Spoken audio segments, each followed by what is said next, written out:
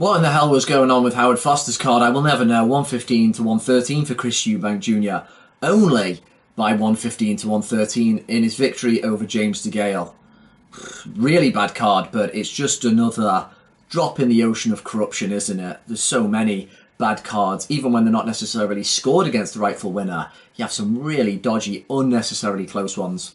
Either way, Eubank comes away with probably the most meaningful victory of his career. I saw a guy who was actually thinking about what he was doing in there. He was picking his shots. He was trying a little bit more upright, a little bit more classic boxing, and he was clearly trying to time the right-hand counter down the middle, which he did get some good success with in a fight that wasn't great to watch, that was scrappy, but Degale really didn't show up.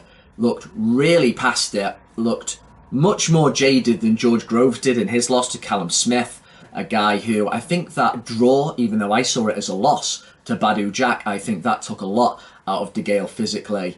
And the funny thing with Degale really is he's always had tough fights, even when he first won the belt against Durrell.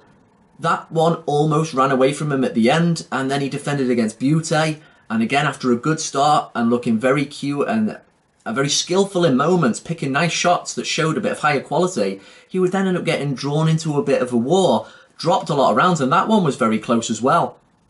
The only time I've ever really seen Degale shine, where it really looked like he was coming into his own, I think was on the undercard of Froch Groves 2 against Brandon Gonzalez, who was undefeated at the time, and I think he took him out in the 4th or 5th round after looking good.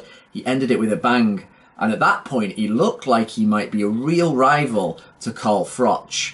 Froch, for various reasons, didn't want that fight, but I think one of the reasons he didn't want that fight, and something that's kind of plagued Degale throughout his career, is he's never had that much star power. There's never been anything about James that's really stood out in the ring. At his best, even it only came in spots, he did nice things, but he was never the complete package. He never had a really big punch. He was never particularly quick. His personality was kind of a bit flat, and there's a lot of denial in there, which has not helped him.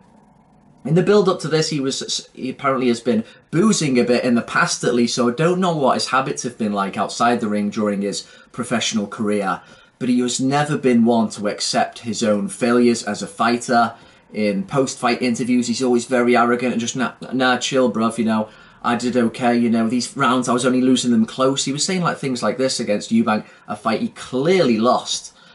And they say the first stage of fixing a problem is recognizing that there is one, and Degale never really recognized his problems as a fighter, and I think that partly held him back from really becoming what he could have been. Bags of heart, he showed loads of heart in that Badu Jack fight, and he stuck with it and was hurt there against Eubank, but did look like a bit of a shell of his former self. He does go away though ultimately, like he said at the end. He is a gold medalist. He is a 2-time world champion. That is not too shabby. I just hope he's made enough that he can retire comfortably, pretty much what George Groves echoed.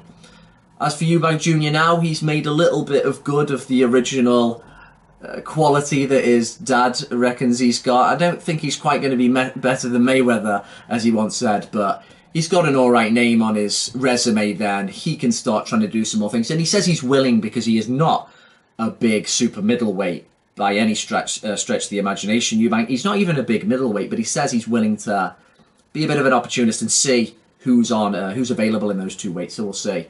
Maybe a rematch against Billy Joe Saunders, possibly. But just for the time being, congrats to Junior.